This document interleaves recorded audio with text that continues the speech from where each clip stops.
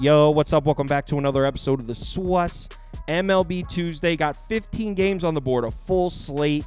As far as Monday, I'm recording this. The games are still going on, so I can't tell you how I did yet. Update. Swept the board. Had a nice little 3-0 sweep in the MLB tonight, so we had a good one. I'll put it up on the screen and let you know how I did yesterday. So yeah, I'm going to go through, I think, 3. We're going to go through 3 games in this one. Whatever I don't get through, we'll do on the live show tomorrow. Schedule for the live shows, 10:30 a.m. Eastern time. We're going through the NBA slate. There's 13 NBA games. That'll be me, Matt Modai, Crispy Cappin. Then at 4 p.m., that's the MLB show. Me, Proppy Vertoast, and Modai again. Matt Modai coming on twice tomorrow. Doubleheader for Modai. So yeah, we got 2 live shows tomorrow. Gonna go through 3 games in this video. Let's do it. Welcome to the SWUS. The SWUS. SWUS. Hey, get the SWUS. First up, we got Baltimore on the road in Boston. Red Sox plus 110 dogs at home here, and the total sitting at 8.5. Starting pitching matchup, we got Corbin Burns on the mound for the O's. Bayo on the mound for Boston. Really nice pitching matchup here. So let's start with the matchup for Bayo against the Baltimore offense. Pretty solid career numbers here. Just 35 plate appearances, so not a crazy big sample size. But the current Baltimore lineup, just a 633 career OPS and a 258 average against Bayo. That being said, he's made 2 career starts against Boston. He's just 1-1 with a 5.23 ERA and a 1.36 WHIP. And we're catching Bayo in a day game here. I know not everyone is big on day-night splits, but his are pretty significant. In his 13 day starts, he's got a 6.68 ERA. WOBA significantly higher, gives up more home runs. The WHIP significantly higher. 28 night starts, all the numbers are better. So Bayo has definitely been more reliable in night starts. And it actually gets worse for Bayo here. He's got much worse numbers against left-handed bats. You can see WOBA way up against lefties. Strikeout to walk ratio way down against lefties. WHIP is up. Expected FIP is way up. You combine those 2 splits, day starts against lefties, and the numbers are terrible. A 4.24 WOBA, 1.8 home runs per 9, a 1.92 WHIP, and a 5.60 FIP. So against lefties in day games, Bayo has terrible numbers. The reason I bring that up, Baltimore's going to have 5 lefties in their lineup for this one, including 4 of their first 5 bats. The good news for Bayo would be Baltimore's lineup isn't really crushing righty starters right now. The 4 righties to start a game against Baltimore this season, 23 innings pitched, a 4.30 ERA, 1.56 home runs per 9, an 0.91 WHIP. So not a lot of base runners there. If you look at the total numbers against right-handed pitching on the season, Baltimore 7th in WRC+, 2nd in isolated power, 9th in OPS. But specifically against righty starters, not the greatest numbers. Bayo's pitch mix this season consists of a sinker, a slider, and a changeup. Baltimore's actually struggled against sinkers and sliders. They're bottom 10 in runs added average against both those pitches, but they've crushed changeups. They're actually first in the MLB against changeups by a mile. And check this out. I mentioned earlier how Bayo struggles against left-handed bats, and 4 out of the first 5 bats in Baltimore's lineup are lefties. Well, he also uses the changeup a lot more often against lefties. Against righties, 22.5% of the time. Against lefties, 41.7% of the time. So he throws a lot of changeups against lefties. Baltimore first in the MLB hitting changeups. So overall, as much as I like Bayo, and we made a lot of money betting on Bayo last year, I definitely think he's solid. I don't like this matchup for him. I think Baltimore's going to tag him. On the other side, we got Corbin Burns pitching against Boston's lineup.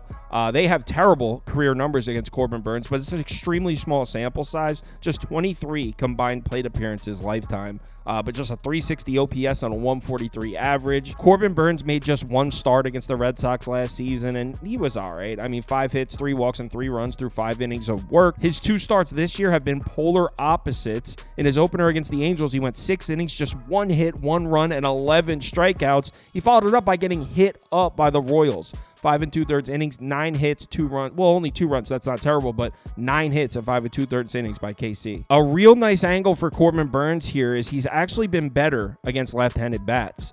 You can see WOBA's down, home runs significantly down, expected FIP significantly down. The reason I bring that up, with the injury to Trevor Story, Boston's now got 7 lefties in their lineup against Corbin Burns in this one. And Corbin Burns has also been deadly in day starts. Look at his numbers in day starts against lefties. 202 WOBA, a 26.8 strikeout to walk rate, a .80 WHIP, and a 231 expected FIP. So he's facing 7 lefties. He's got better numbers against lefties, and he's got real nice numbers against lefties in day starts. Now, one thing we have to give to Boston's lineup is they definitely picked it up a little against righty starters. The first 3 righty starters they saw this year, it was Logan Gilbert, George Kirby, and Luis Castillo. Those 3 combined for 18 2/3 innings, a 2.41 ERA, 0.48 home runs per 9, and a whip under 1. So the first 3 righty starters that pitch against Boston shut them down. But the 5 starters since then, I mean, ERA over 7, 2.96 home runs per 9. Boston started tagging righty starters as of late. But the thing is, look at the names. Silseth, Canning, Stripling, Boyle, Miller. I mean, the quality of competition has dropped. Now they're going to see an ace in Corbin Burns. On the season, the Red Sox are 10th in WRC+, 10th in isolated power, and 11th in OPS against right-handed pitching. So solid numbers, but again, they've seen a lot of mediocre to bad righty starters. The 3 times they saw solid righty starters, they didn't hit well. The hottest bat in Boston's lineup, I mean, maybe the hottest bat in the MLB right now, Tyler O'Neill, a 281 WRC+, 536 isolated power, OPS over 1,400. Lifetime, he's just 1 of 11 off Corbin Burns, and the one hit was a single, struck out 7 times. So if Corbin Burns is able to keep that up and keep this dude in check, he's one of the only righties in the lineup. The rest are lefties. So really like the matchup for Corbin Burns. And when we look at his pitch mix, gets even better. Corbin Burns relies heavily on the cutter. 52.2% of Corbin Burns' pitches are cutters. That's the most in the MLB. Boston just 24th in RIA against cutters. Corbin Burns' other main pitch is the curveball. He throws on 24.2% of his pitches. Boston, not great against the curveball either. The bullpen matchup in this one is pretty even as far as the numbers so far this season. Both these bullpens have been great, both top 5 bullpens. Both should be pretty rested as well. You could say Boston's bullpen has better numbers against left-handed bats, so you could give them the slight edge in this one, but overall it's pretty even in the bullpens. As far as betting this game, I'm on Baltimore here. No, that's a little expensive, minus 135, and Bayo's a monster, but I like the matchup for Corbin Burns far better.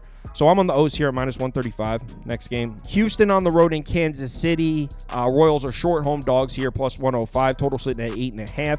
On the mound, we got Christian Javier for the Astros, Cole Ragans for the Royals. Let's start with the matchup for Cole Ragans against the Astros offense. Houston lifetime just mediocre numbers against Cole Ragans. 88 career plate appearances, 734 OPS, and a 221 average. Through 4 career starts against the Astros, Cole Ragans is 1-1 with a 5.59 ERA and 1.86 home runs per 9. So Houston's definitely gotten to him before, but his most recent start on the road in Houston, 6 innings, 3 hits, 4 walks, and 2 runs. So the last time he pitched against the Astros, he went on the road in Houston and pitched pretty well. And this kid, Cole Ragans, looks absolutely dominant to start the season. Through 2 starts, he's got a 1.46 ERA, a 2.84 expected FIP, and a whip below 0.9. Really impressive numbers here. In his 14 career starts as a member of the Kansas City Royals, he's got a 2.46 ERA, 2.44 WOBA, whip at a 1.05 for a career is excellent, 3.22 expected FIP. This kid is off to a great, he looks like he's going to be the real deal. And we expected this Houston lineup to be really good against left-handed pitching this year, but we really haven't seen it. The 3 lefty starters to face the Astros so far combined for a 3.18 ERA, an even 1 whip. They've really pitched okay against Houston, the 3 lefty starters that have seen them. On the year, Houston's 21st in WRC+, 9th in isolated power, 22nd in OPS against left-handed pitching. These numbers don't include the game that just happened, though, and Houston rocked Andrew Heaney. So when we wake up tomorrow morning and look at the numbers, they're going to be much better against lefties. But still, as a whole, Houston has been a little disappointing as far as hitting left-handed pitching. Keep in mind, this is a Houston Astros lineup. In the last 3 years against lefties, they're 3rd in WRC+, 3rd in isolated power, and 3rd in OPS. This is supposed to be one of the best lineups in baseball against lefties, and we really haven't seen it. Pitch mix for Cole Ragans. His main pitch is the 4-seam fastball. He throws it over 33% of the time. Houston, 7th in the MLB against 4-seam fastball, so that's a solid angle for the Stros. That being said, his other 2 main pitches, the changeup and the cutter, he combines to throw those 2 pitches 44.7% of the time. Houston, against those 2 pitches, 22nd and 18th. So overall, is there a chance Houston just caught fire against left-handed pitching after seeing Andrew Heaney last night? Sure. But as a whole, I think it's a solid spot for Cole Ragans to continue to pitch well. On the other side, we got Christian Javier, who's off to a great start. this year. Hasn't let up an earned run yet. Even 1 whip, 7 strikeout to walk rate. That being said, a 179 BABIP and a 539 expected FIP suggests he's been really lucky. Through a brief sample size, 43 plate appearances, Kansas City's current lineup has solid career numbers against Javier, an 862 OPS, 243 average. It's not bad at all. And Javier's last 2 starts against the Royals were both losses. In his last 2 starts, he's 0-2 with a 7.20 ERA, 4.5 home runs per 9. So they've been putting the ball out of the park, the Royals have, the last 2 times they saw Javier. And the fact that this game's in Kansas City is huge for the Royals. Christian Javier definitely struggles a bit more on the road. You can see his ERA at home, 2.67. It jumps to a 4.39 on the road. This is over the course of his career. WOBA's higher, home runs per 9 higher, FIP higher. So yeah, Christian Javier definitely more reliable at home in Houston. And road night starts has been the worst spot for Christian Javier. 4.90 ERA, a 1.34 whip, and a 5.42 expected FIP. Pitch mix for Christian Javier. I mean, he really lives off 3 pitches: the 4-seam fastball, the slider, and the changeup. The Royals' rankings against those 3 pitches this season: 16th, 13th, and 8th. So in my opinion, this looks like a great spot for the Royals to put up some runs. Christian Javier is so due for a bad start. On the road in Kansas City, he's worse on the road against a lineup that's given him problems. You got Houston coming off a huge 4-game series in Texas against their rivals, immediately fly to Kansas City with no rest.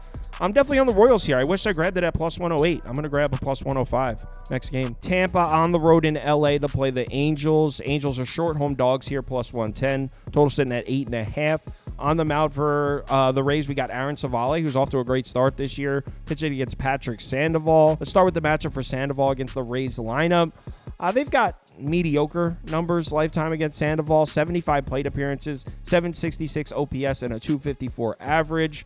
In Sandoval's last 4 starts against the Rays, he's 0-2, but just has a 3.48 ERA, 1.45 whip. He allowed 16 runs in those 4 starts against the Rays. Only 8 of those 16 were earned, though, so I feel like that was worth mentioning. It's also worth mentioning that 3 of those 4 starts were on the road in the Trop in Tampa. Sandoval's 2 starts this year were polar opposites, night and day difference.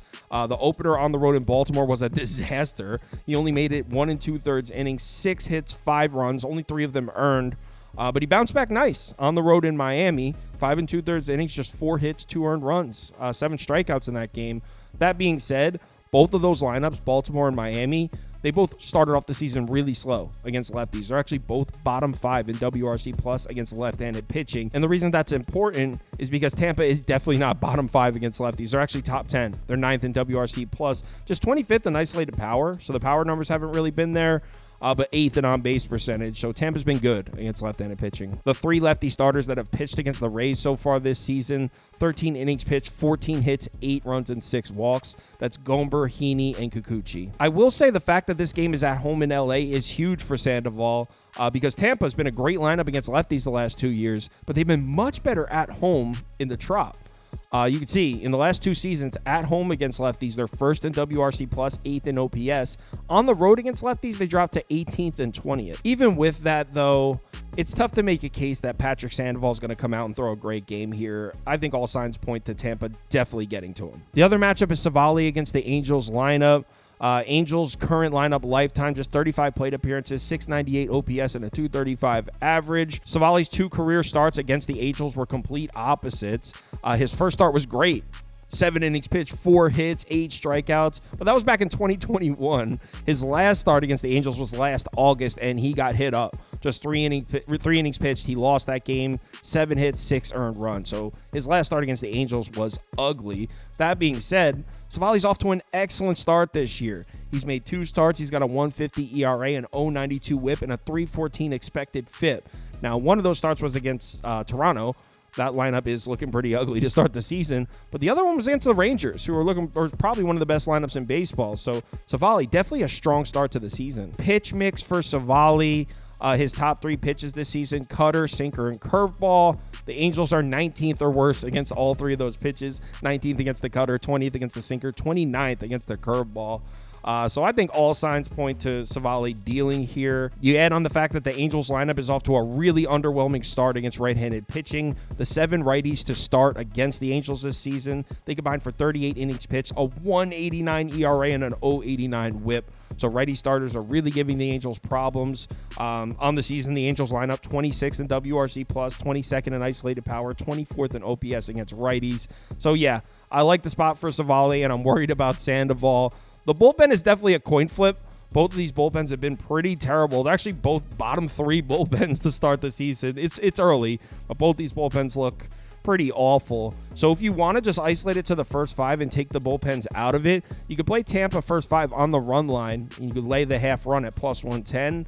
But personally, I think I'm down to play the full game also. I think I'm going to split my money in half and go raise first 5 run line and raise money line. Like I said earlier, we'll go through every single game on the live show. There's 15 of them. That's at 4 p.m. Eastern time with me, Prop Beaver, Modai, and Toast. That's at 4 p.m. Eastern time. Would love to see you there. NBA live show at 10:30 a.m. Eastern time. So if you're able to make it, we'd love to see you in the comments. If you want our top bets for all sports, me, Prop Beaver, Toast, Scoop, everybody, just head over to KyleKirms.com. It's all posted right on there. You can also join the Discord right on the homepage if you're interested. Let's have ourselves a nice Tuesday here. Hopefully by the time you're watching this, I had a winning night. Actually, it's looking good. Phillies actually won. Angels are up 5-0. I got them at plus money. And then I needed the Nats Giants over. Ooh, that one's only 3-1. So, but yeah, it's looking good for me. We'll see. So yeah, remember to bet responsibly, and I'll talk to you in the Discord.